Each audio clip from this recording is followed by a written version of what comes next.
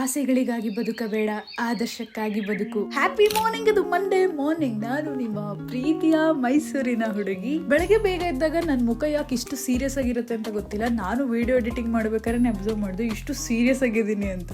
ನೆನ್ನೆ ನಾವು ಹೊರಗಡೆ ಹೋಗಿದ್ದಾಗ ಸ್ಟೇಷನರಿಗೆ ಹೋಗಿದ್ವಿ. ಅಲ್ಲಿ ನಾನು ಸ್ಟಿಕ್ ನೋಟ್ ನ ತಗೊಬಂದೆ, ಯಾಕಂದ್ರೆ ನಂದು ಆಲ್ರೆಡಿ ಖಾಲಿ ಆಗೋಗಿತ್ತು ಹಳೆದೆಲ್ಲ.